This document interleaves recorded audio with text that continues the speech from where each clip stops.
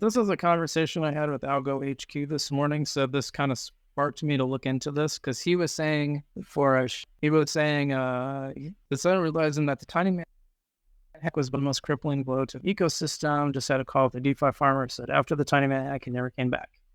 He thought it meant Algorand was not secure. That was over 20 months ago. I said, I generally wonder which was worse, the MyAlgo hacks or Tinyman. He said, we expected the impact to be worse. I think Tinyman was more impactful than MyAlgo. I said, for MyAlgo, yes, it wasn't as bad as I expected, which is, of course, not to say it was a good thing or didn't have an impact or even a sizable impact. I would have to look into this more at some point. So at some point, I decided it was this morning. So let's share this one. So this is daily active addresses. And one thing that kind of annoys me is taking out the price didn't help me. The green line is active addresses. And you can see there was a huge spike before January. It started to come down already. So it's just, and it's really, this one's really hard to read.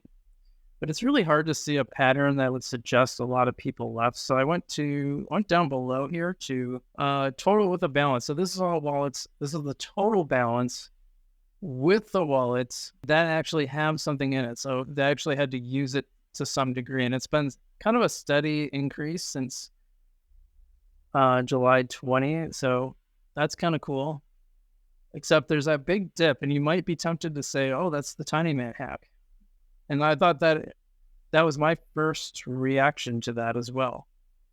Then I saw, wait a minute, what's the date? Monday, December 13th. That's the peak, and then it starts dropping. Now, this is before the hack, because the hack happened January 1st. And that dip is December 27th, still before the hack, and then it starts popping back up.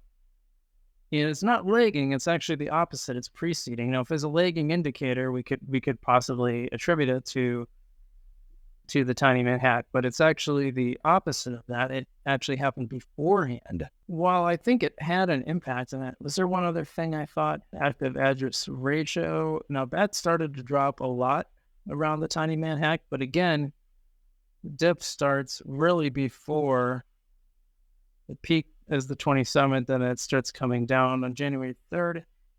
So maybe there's some, and then I think the MyAlgo hack was around here somewhere.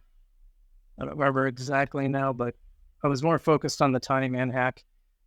That dropped a lot. Well, that was the price, though. That was the price. You can see in terms of active addresses, there was a huge spike right before. It was in the end of December, and then it just dropped.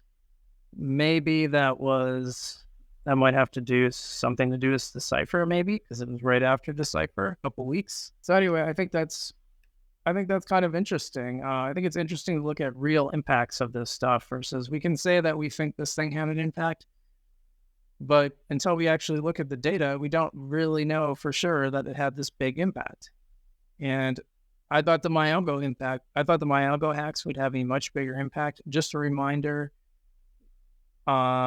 it's been since April since we've heard anything about that. Nobody has given an update, not the foundation, not MyAlgo themselves. Apparently, as far as I know, the wallet still exists. I haven't checked in a while, but it's kind of crazy that we just haven't heard anything on that.